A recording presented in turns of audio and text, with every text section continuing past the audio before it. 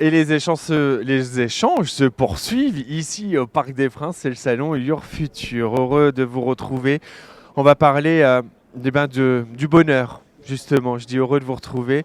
On va parler de ce bonheur à l'école parce que c'est un sujet qui vous tient particulièrement à cœur. Caroline Costa-Savelli, bonjour. Bonjour, Merci d'avoir répondu présente à notre invitation dans un cadre extraordinaire. Votre première fois au Parc des Princes. tout à fait. Ravi d'être là. On est très heureux de vous avoir. Vous êtes directrice de l'insertion et de l'inclusion au sein du groupe IGS. Euh, Juste avant de commencer à échanger, qu'est-ce que ça veut dire insertion, inclusion? Alors, notre métier au sein du groupe IGS, c'est de proposer des parcours de formation qui peuvent se faire en initiale via nos écoles, qui peuvent se faire en apprentissage, en alternance dans nos CFA. Et puis, on a aussi des parcours plus professionnalisants, parfois plus courts, au sein du département inclusion que je pilote. Et notre projet, c'est justement de proposer des parcours qui soient adaptés à tous. Donc, on peut s'adresser à des jeunes en décrochage scolaire, à des jeunes qui veulent simplement venir chercher une expérience professionnelle. On peut accompagner des personnes en situation de handicap, on a une mission handicap, ou des personnes en reconversion professionnelle par exemple.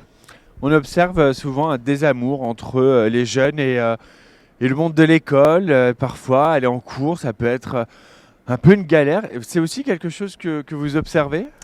Vaste sujet. Alors imaginez, on vous demande d'être assis sur une chaise pendant 8 heures à écouter quelqu'un qui vous raconte des choses qui au premier abord vous intéressent pas plus que ça C'est différent. et qui ne résonnent pas pour vous. Il n'y a pas de sens par rapport à votre vie.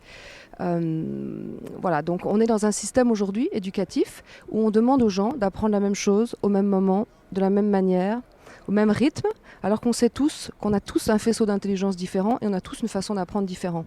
Des capacités de concentration aussi qui ne sont pas les mêmes sur le Exactement. temps. Et des talents, des intelligences différentes. Voilà. Et dans un système où on est assez individualiste, où il y a, où on a un système de notation, de classement, et puis un système qui donne peu de place aux activités manuelles, artistiques, corporelles. Voilà. Maintenant, imaginons un instant un endroit où on pourrait apprendre en jouant, en s'amusant, par l'expérience, en collaborant. Et puis un endroit où on pourrait se sentir en lien et dans un environnement de sécurité émotionnelle, où on pourrait se sentir valorisé, encouragé, reconnu dans ses différences, où l'enseignant pourrait être un accompagnateur et pas un juge, et un endroit où on pourrait développer de la confiance en soi, parce qu'on sait que ça, c'est vraiment le pilier de la motivation, et c'est ça qui permet tous les apprentissages. Justement, qu'est-ce que vous mettez en place auprès des jeunes pour que le fait d'aller à l'école soit plus perçu comme une corvée? Ça va être tout ce que vous venez d'évoquer, ces notions, non pas d'amusement, mais en tout cas plus ludique, une pédagogie plus ludique, plus Oui, personnalisée peut-être aussi. tout à fait. Alors concrètement, on remplace les cours descendants par une mode d'apprentissage effectivement ludique et collaborative, avec des ateliers, des jeux, des business games, on travaille en mode projet, avec ces phénomènes de classe inversée, où on demande aux gens d'aller chercher eux-mêmes le savoir et de les retranscrire avec des mises en situation. Et puis on travaille aussi sur les autres dimensions. Donc on va introduire par exemple des voyages qui vont permettre de découvrir d'autres cultures et puis de vivre ensemble. On va introduire beaucoup d'activités artistiques, donc ils vont faire des ateliers théâtre, photo, street art. On va travailler aussi sur la gestion de ses émotions à travers des ateliers pour apprendre à se connaître, à interagir, de la sophrologie, beaucoup de sport. Et puis on travaille vraiment sur la qualité du lien pour que les gens puissent expérimenter de la bienveillance. Et puis ce qui est important aussi, c'est que partout où on a pu, on a supprimé les notes. Donc on a un système d'évaluation par les compétences, c'est vraiment important. Et puis on a un réseau très important d'entreprises au sein du groupe IGS. Donc on crée du lien, beaucoup de liens entre nos écoles et nos entreprises pour adapter nos contenus et puis faire ce lien qui donne du sens aux apprentissages. J'imagine déjà que ça passe aussi par les notions. Petite question que je me pose quand on parle de discipline, c'est quand même mieux de parler de matière. Enfin, c'est aussi plein de notions comme ça qui au quotidien peuvent aider les plus jeunes. Oui, et je crois qu'aujourd'hui, il faut surtout parler de compétences. C'est-à-dire qu'en entreprise, ce qu'on attend, et ce que j'entends des recruteurs, c'est le savoir, c'est très bien, mais les choses s'apprennent. Enfin, aujourd'hui, entre Internet, etc., on apprend. Aujourd'hui, les recruteurs, ils cherchent à recruter des personnalités, des gens qui sont alignés, bien dans leur basket, et qui ont développé des formes d'intelligence différentes aussi. Et je crois qu'une entreprise, pour réussir, c'est important qu'elle mette autour de la table des gens qui ont des parcours de vie et des intelligences différentes. Et d'ailleurs, on parle de moins en moins de ressources humaines, mais plus de talent acquisition. C'est quand même plus valorisant aussi pour ceux qui vont chercher un emploi. Justement, l'emploi, on peut en parler. c'est l'autre difficulté pour les jeunes, c'est celui de se projeter sur un métier, dans un métier. Comment vous allez pouvoir vous les accompagner à ce niveau-là? Alors c'est une vraie question, c'est un sujet presque national. Comment on sait à 16 ans, 17 ans, 18 ans ce qu'on veut faire et comment on connaît les métiers, c'est vraiment compliqué. Donc c'est un vrai sujet.